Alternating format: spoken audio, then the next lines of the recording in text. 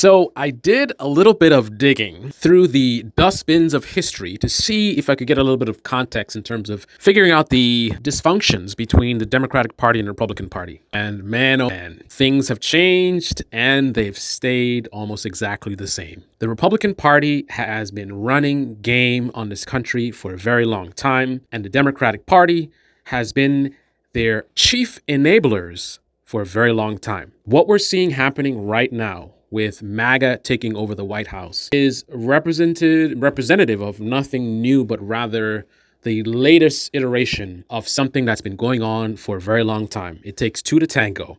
The failures of Democrats enable the catastrophes that we find under Republican rule. So one of the key areas of focus I wanted to look at is wealth inequality, right? I was watching a Brian Tyler Cohen video, and he's a left-wing propagandist, so I am not going to just take his words just like that. And he made a statement, and I wanted to verify what he was saying to see if what he was saying was true. So in his video, he showed this graph showing wealth inequality over time, and he suggested that this came from trickle-down economics, and he was trying to put the blame on Republicans. And he made it nice and neat. Trickle-down economics, Republicans did this, and then look at the cause. And he just showed the graph. He didn't show proof that the graph was actually showing what he was saying it was. He just said it as a matter of fact. And unfortunately, due to lack of critical thinking and tribalism, I know a lot of his viewers would just accept that and internalize that as fact. But I'm not the average viewer, and I actually have critical thinking skills. So I'm not going to just take his word for it, right? I don't look at him as I think he says a lot of things that are true. It's just lies of omission, shall we say, because he basically is Democratic Party sort of propagandist, essentially. But regardless, I wanted to know what the truth was. Was it really trickle-down economics? What was the real reason for that wealth inequality? So I tried to figure this out using a very objective approach. My approach was not, I wanted to own Brian Tyler Cohen or prove that this liberal is stupid, or I wanted a left-wing framing of course the Republicans, blah. No, I wanted to know what the truth was. So what I did is I stepped outside of the framing and sort of the way he was presenting things, and I wanted to get down to the essentials, absent of the sort of polarization, right? I don't want to hear people's thoughts about this thing. I don't want to hear other people's commentary. I want the raw data.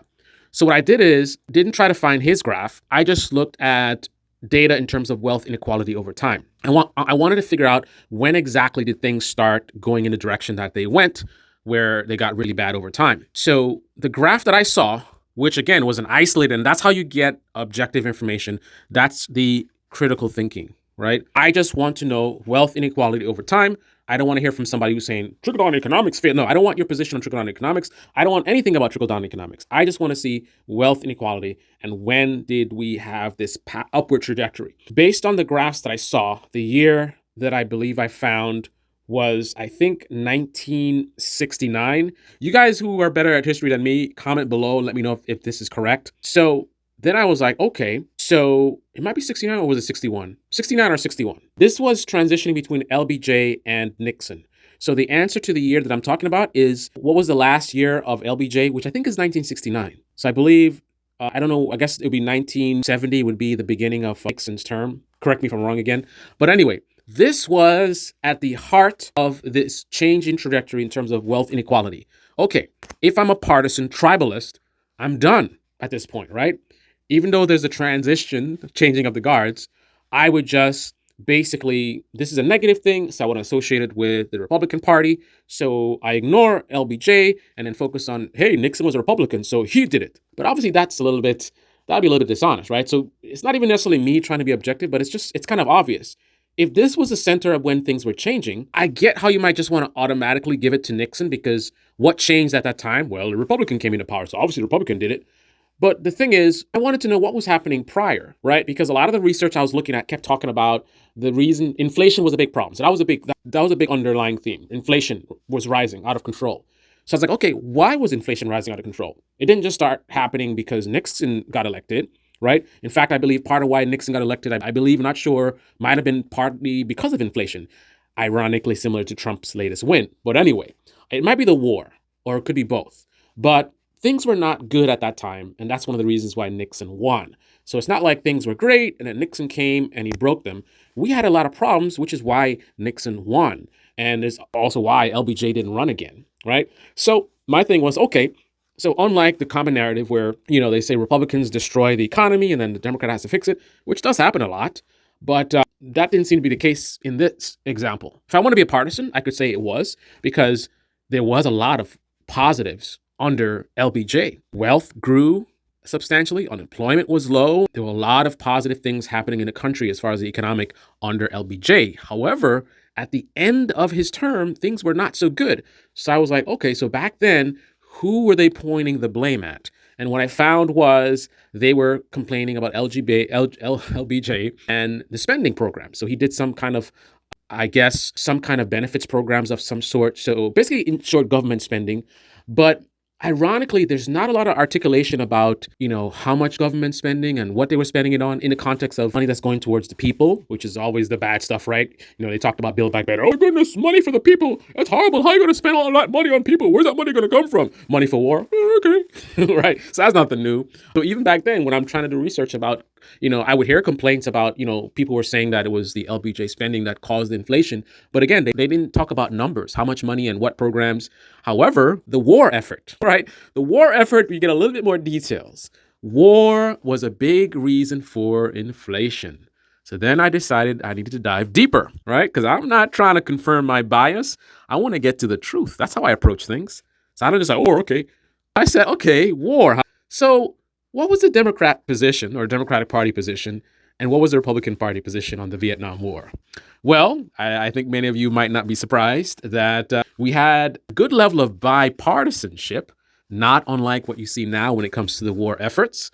War has been a bipartisan thing for a while. However, not unlike now, both parties are not the same. People try to say, oh, Democrat, Republican, they're the same thing. They are not the same. They haven't been the same for a very long time. So in terms of the hawkish nature, there was a difference between the parties, which again aligns with what we see today in terms of which party is more problematic than the other.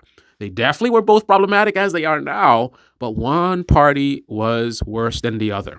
I think the delineation was not as deep as it is now. They were certainly much more aligned back then, but there was a big difference. So what was the difference?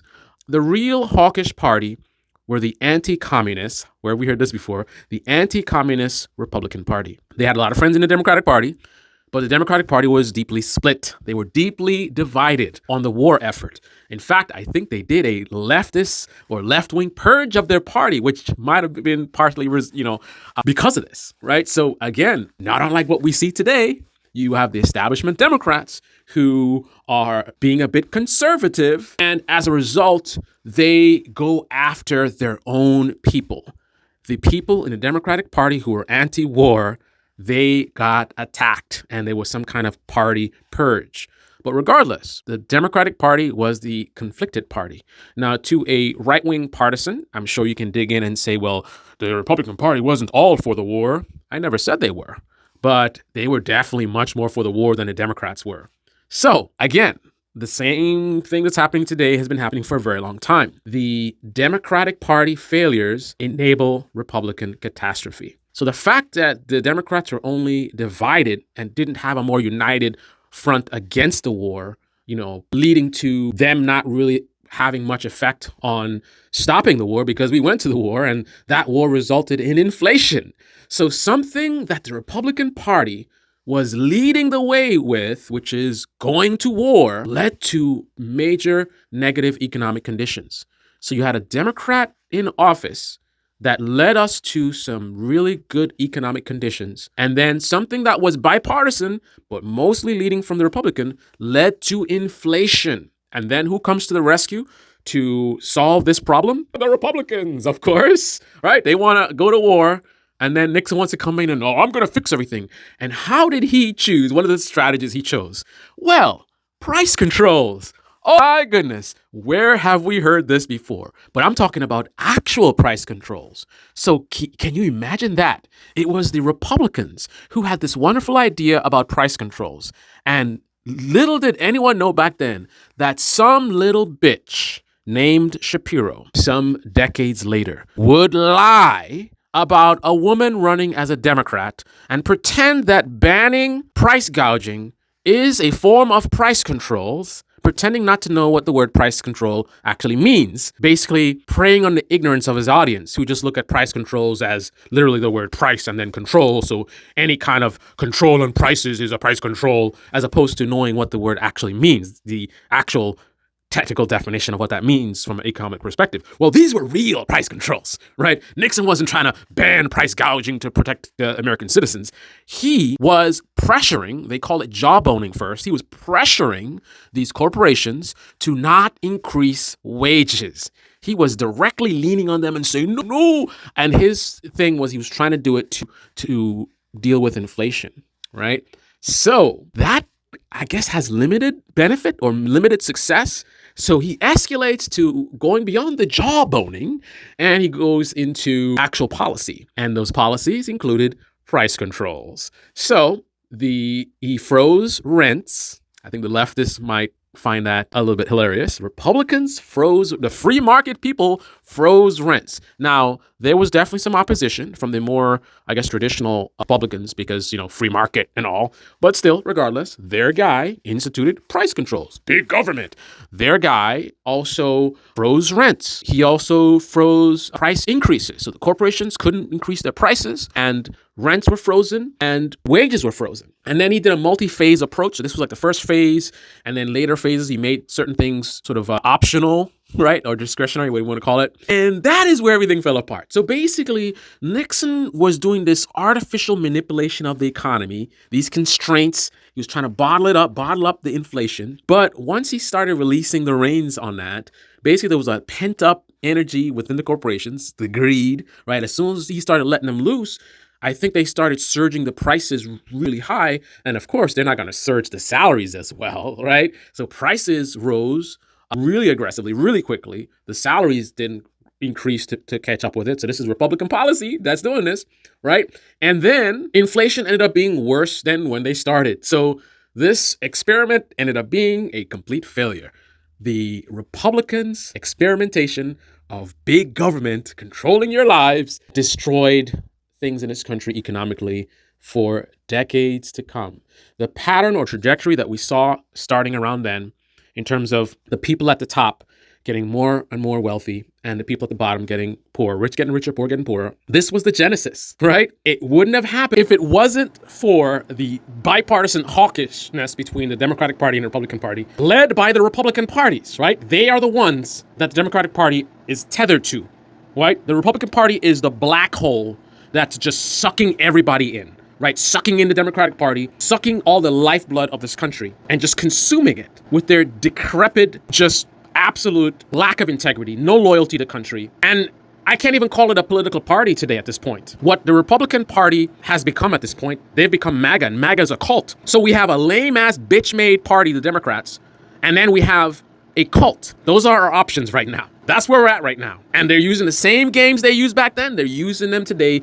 Things change, but then they stay exactly the goddamn same, right? Donald Trump, like Nixon, is going to save us. So what's he going to do? Some gimmicky bullshit, right? Maybe he's not doing price controls and whatever Nixon was doing, but it's going to be some gimmicky stuff that may look good on paper or may look good in a tweet. But in actuality, the consequences, once again, will be dire for Americans. And then maybe if one day the Democrats win an election again, they'll come in and do their best to clean it up. And once again, don't deliver enough for the American people, be bitch made once again, and allow the propaganda machine to just fill the void, right? All those people left behind that are sitting there suffering, can't afford rent, can't afford mortgage, frustrated, right? The MAGA machines are going to come in and, Democrat Party and socialism, and we're going to fix it, right? Whatever economic damage that Trump causes, right? They're going to come and try to say, we're going to fix it. You did it, man. You started a fire. You want to talk about we didn't start the fire. It was always burning. Come on, man.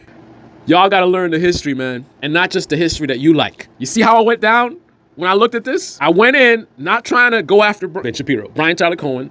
I just want to know if what he was saying was true. And my assessment is misleading. I think the general sentiment of what he was saying was true, but the way he presented it was a little bit misleading, right? And I didn't jump on this, every opportunity. Oh, the Republican, no, right?